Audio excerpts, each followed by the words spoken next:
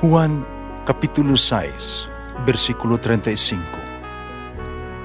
Si Jesus miingon kanila, "Ako mao ang pan nga naghatag sa kinabuhi. Ang muari kanako dili nagayod gutomon, ug ang mutuo kanako dili nagayod uhawon." Ang mga puno Pan sa kinabuhi.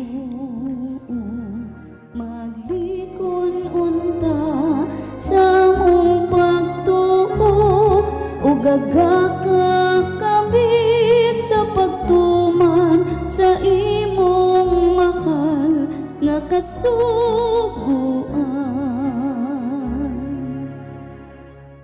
Ang Ginoo manaakan ninyo. Santo si Ebanghelyo sumala ni San Marcos. Inabibiya si Jesus sa yuta duol sa Tiro, milakaw lata sa Sidon ngadto sa Sakalanaw sa Galilea, agi sa yuta sa Decapolis. May usa ka tawo nga bungol ug amang nagidala sa pipila ka mga tawo ngadto kang Hesus. Ug mihangyo sila kaniya nga ang iyang mga kamot itapion diha sa tao.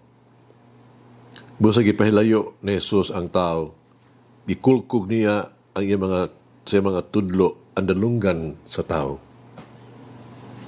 Unya gitutuan niya ang iyang mga kamot, yang tudlo o iyang gihikap ang dila sa tao. Mihangad si Jesus sa langit. Nanghupaw siya ug miingon sa tao, "Ifata." Sa ato pa, maabli ka. Diha-diha nakadungog na ang tao. Umay na siyang musulti. O ipinahan silang tanan ni Jesus. Di gayon papanugilon ni ini kang bisan kinsa. Apan, hilabihan hinuon nilang panugilon ni ini. Natingala pag-ayo ang tanan nga miingon sila, maayo gayod niyang pakabuhat ang tanan. Bisan gani ang mga bungol, iyang gihimo nga makadungog ug ang mga amang nakasulti. Ang Ebanghelyo sa Ginoo. Pasalamati ang Ginoo kay siya maayo, ang iyang gugma mulungtad hangtod sa kahangturan.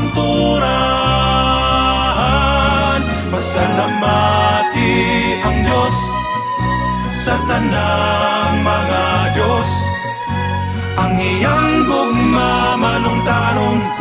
Pasalamati ang Ginoo sa mga Ginoo, ang iyang gugma malungtaron.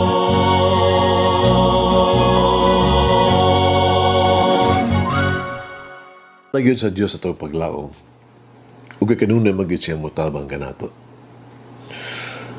Atong naon ang kahimtang sa bungol sa Ebanghelyo karon.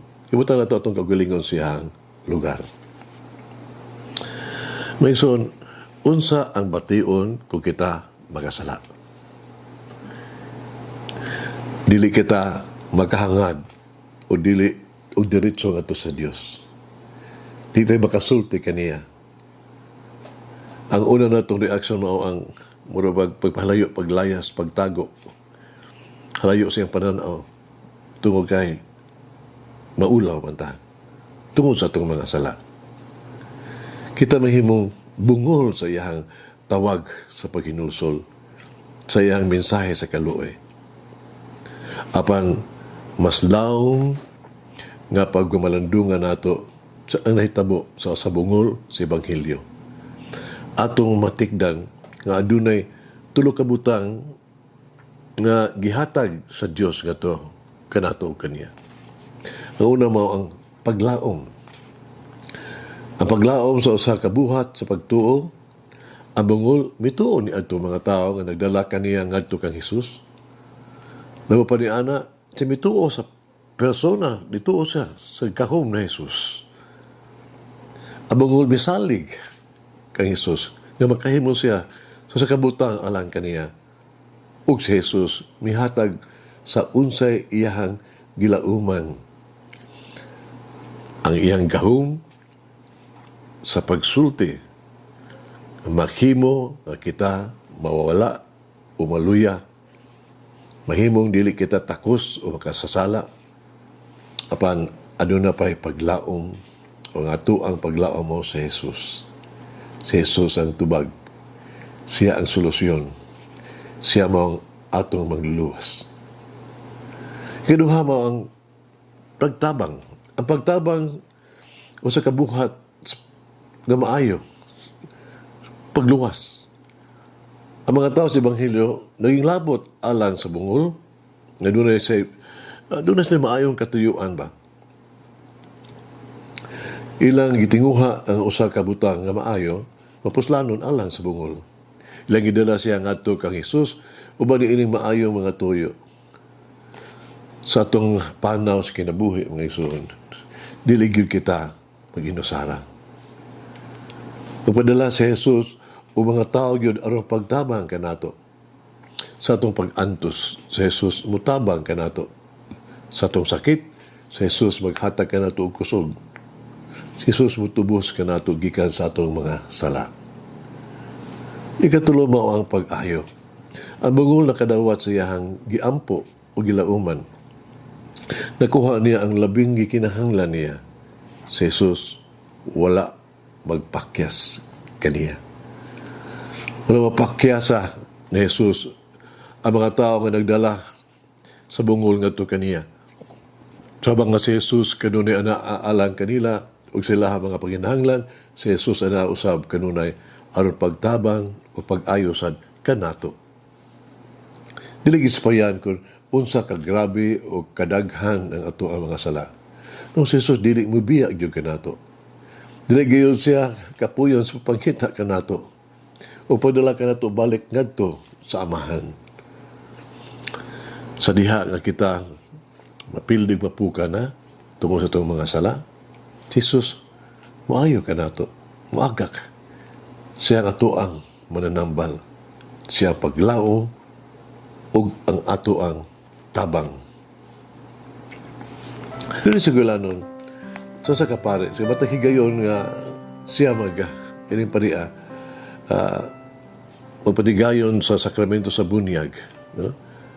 Kanuniyang siyang muhatag og ngubo nga katekismo. Kanuniyang hangyoon ang mga ginikanan o ang mga ninong nga mapuli-puli ba pagdala sa bata, pagpugo sa bata ba. Siya may padayos pagpangutana. Kung pangutana sila kanila, sa matag usa kanila niini. No? Unsa may imong gibati samtang imong gikugos ang bata. Natural, kasagaran, utubag, nalipay kayo ako, Andre. Ninangutana ang pare, nganong nalipay man ka o kamo? Ang tubag na kalalain lang. No? Tungod sa physical nga dagway sa bata, no? Nga makuha, liwat yang mata, liwat ang iyang sa inahan, gwapo, himsog, lain lang rason. Nagpadayon ang pare. Unsa pa? Ang pare sa katapusan, misulti na kanila. Kita ang agyong malipay. Tugay. Ang bata, buhi. Ang Diyos naghatag kanato, kaniya, uusa ka kinabuhi, diha mismo ni ining bataa nga inyong anak. Mga son, agit sa kinabuhi. Unsay ato ang gilauman sa atong kinabuhi? Asa nato ibutang ato ang paglaom? Kanunay ba kitang moadto kang Hesus alang sa tabang, alang sa kaayuhan? Ipahayag ba nato ang ato ang pagpasalamat kita buhi, kita himsog, kita ligon pa? Magampo kita. Sa tanan to mga muyo karon, palihog to ba Ginoo, kaluy ug pasayloa kami.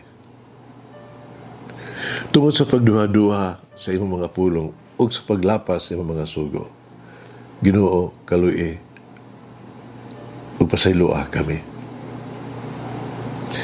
Sa buhat ug sa kwahi sa imong mga kabubuton, Ginoo, pasayloa, kaluy kami.